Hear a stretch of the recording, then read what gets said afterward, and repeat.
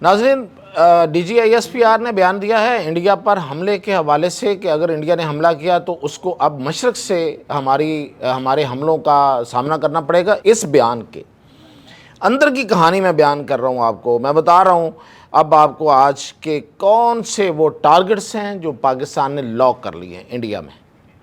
اور D G I S P R کو سب سے پہلے تو یہ بتاؤں گا کہ یہ بیان کیوں دینا پڑا ہے، اس کے پیچھے آخر کیا انٹیلیجنس ہے، کیا اطلاعات ہیں انڈیا کی، اور پھر ہم نے کس طرح سے ان کو رسپونڈ کرنے کے لیے چاک آؤٹ کر لیا ہے۔ ان میں سے کچھ چیزیں آپ کو بتاؤں گا، ظاہر ہے ساری چیزیں تو دشمن کو نہیں بتائی جاتی یا سامنے نہیں لائی جاتی، دشمن بھی سن رہا ہوگا، لیکن کچھ چیزیں بتانا ضروری بھی ہیں اس لیے کہ ریکارڈ پہ رہے، کل کوئی یہ نہ کہے بتایا نہیں تھا۔ تو سب سے پہلے تو آپ کو میں اطلاع کروں کہ D G I S P R نے یہ بیان جو دیا ہے، اور یہ بہت بڑا جریدہ ہے، بہت بڑا اخبار ہے دا اکانومسٹ، اس سے بات کرتے ہوئے یہ بات کہی ہے کہ اس بار ہم مشرق سے حملہ شروع کریں گے اور بھارت کے گہرائی تک جائیں گے۔ یہ بڑی اہم چیزیں ہیں، اس پہ اگر آپ غور کریں۔ پچھلی دفعہ کیا ہوا تھا کہ بھارت نے جب ہم پہ حملہ کیا پاکستان پہ اور اس نے اپنے ٹارگٹس کو نشانہ بنایا، تو پاکستان نے بھارت کو جو جواب دیا تھا، ایک تو فضا میں دیا تھا، اسی وقت دے دیا تھا، لیکن جو حملہ اس پہ کیا تھا نیکسٹ ڈے، اس کو جوابی حملہ، وہ نارتھ کی طرف سے، کشمیر کی طرف سے کیا تھا، اور ادھم پور اور باقی جو ٹکانے ہیں ان کی ٹھکائی کی تھی۔ اور جب ان کی ایئر فورس گری ہوئی تھی، زمین پر تھی اور اڑ نہیں پا رہی تھی، تو اس وقت تو خیر پاکستان کا پوری ہندوستان، پورا بھارت جو ہے اس کی فضاؤں پہ اس کا کنٹرول تھا، اس کا راج تھا، اور وہ بھارت کی فضاؤں پہ طیارے اڑا کے بتا رہے تھے کہ بھئی تم اٹھ نہیں پا رہے، یہ دیکھو ہم اوپر کھڑے ہیں، ہم اوپر پرواز کر رہے ہیں اور تمہارے اوپر حکمرانی کر رہے ہیں، ہمت ہے، سکت ہے تو اٹھ کے دکھاؤ۔ تو ان سے نہیں اٹھا جا رہا تھا۔ 2 دن بعد کہیں انہوں نے وہ اٹھے ہیں، اور پھر انہوں نے ایک آدھ شرارت کی، تو پھر اس کا جو جواب اس کے بعد جو ملا وہ بھی وہ جانتے ہیں، اور بڑی اچھی سے جانتے ہیں۔ تو یہی وجہ ہے کہ اب وہ پلان یہ کر رہا تھا، جو انٹیلیجنس ملی ہے وہ یہ ہے کہ بھارت کا یہ خیال ہے کہ یہ جو شارٹ ٹرم جنگ ہوئی ہے، اس میں تو پاکستان نے ہماری دھلائی کر دی، اور ان کو ان کے جو ہارے ہوئے لوگ ہیں، جو ہارے جواری ہوتے ہیں، پھر وہ کوئی نہ کوئی نئی چیز نکال کے لاتے ہیں۔ تو انہوں نے کہا کہ دیکھیں یہ والی جو جنگ ہے نا، اس میں تو پاکستان ماہر ہے، چھوٹی جنگ میں یہ جیت جاتا ہے، ہمیں پاکستان کو انگیج کرنا چاہیے۔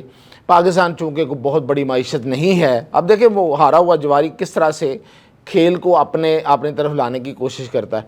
تو چونکہ بہت بڑی معیشت نہیں ہے، بہت ڈیپ کنٹری نہیں ہے، ایک پٹی سی ہے، اور یہ زیادہ دیر تک سروائیو نہیں کر سکیں گے، تو اب ہمیں جنگ جو پاکستان سے کرنی ہے تو وہ اب ہم کریں گے لانگ رن جنگ، یعنی کہ زیادہ دیر تک کی جنگ کریں گے، زیادہ لٹکائیں گے اس جنگ کو، اور پھر یہ کہ تمام پلیٹ فارم جو ہیں، یعنی کہ بری کا بھی استعمال کریں گے، جو زمینی فوج ہے، اور جو نیول فورس ہے اس کا بھی استعمال کریں گے، ایئر فورس بھی کریں گے، اینڈ سو آن۔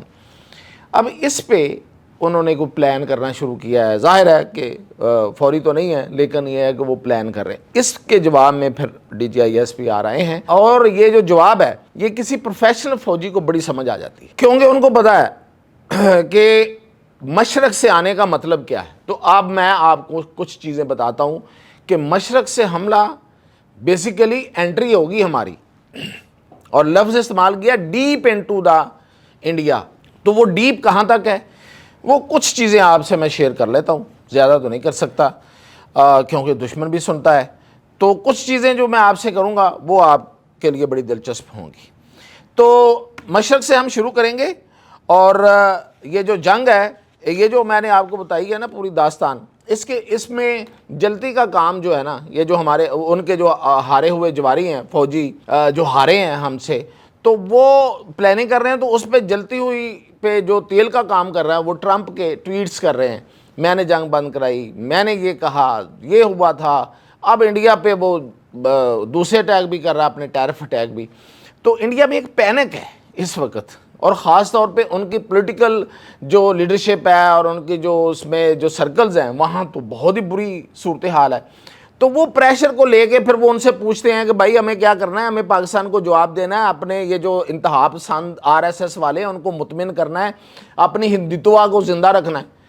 تو وہ یہ سب کچھ کرنے کے لیے نا پھر وہ انہوں نے پلان کیا ہے. اب ہم نے کچھ اس طرح سے پلان کیا ہے کہ ہم جناب کہاں کہاں جائیں گے.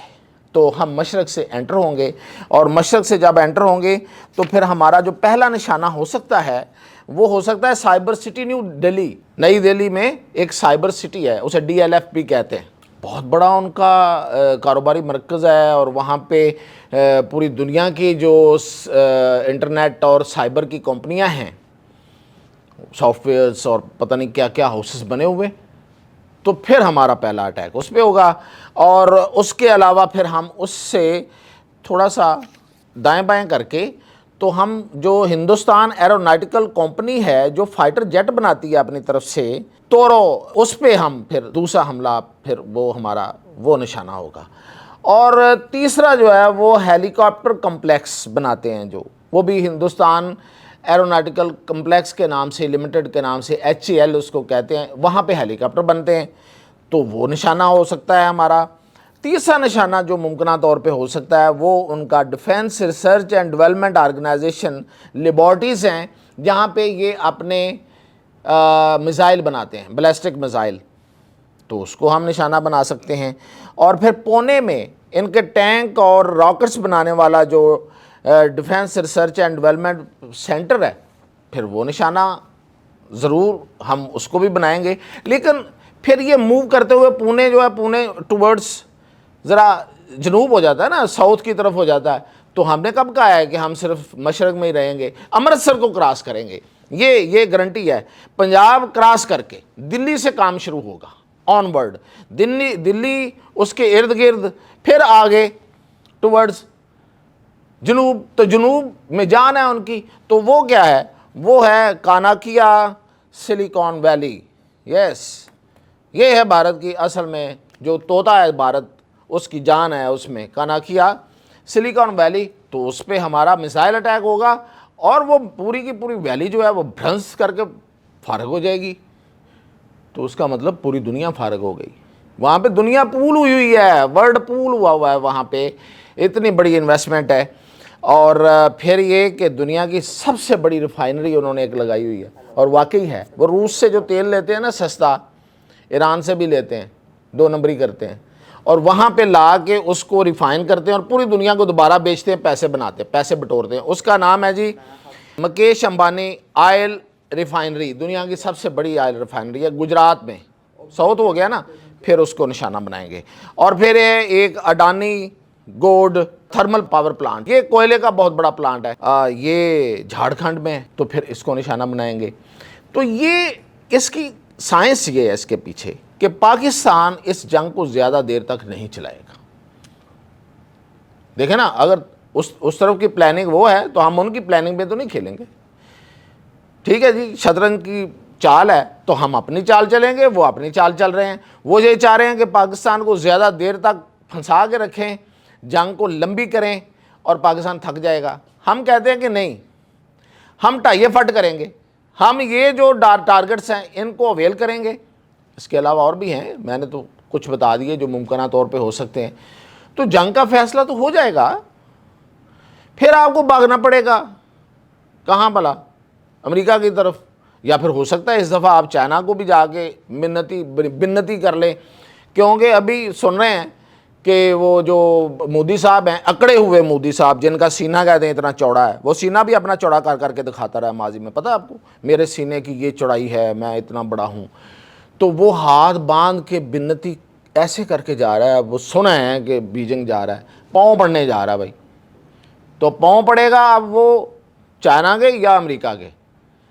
تو ہمارا تو گیم جو ہے نا وہ اتنی ہے, ہم تو ایسے کر کے اپنی گیم کھیلیں گے, اور بس کو لمبی شمبی جنگ ہمیں بھائی, ہم مطلب اتنی ہم لڑائی کر سکتے ہیں تو کر سکتے ہیں. یہ نہیں ہے کہ ہم لڑائی کو وہ کر کے تو وہ بیٹھنے بوٹھنے والا چکر نہیں ہے. تو یہ ہے ہماری پلاننگ جو شیئر ہو سکتی تھی آپ سے کر دی. مزید ظاہر ہے کہ وہ راز ہیں، وہ سیکرٹس ہیں، وہ تو نہیں شیئر ہو سکتے. اجازت دیجیے.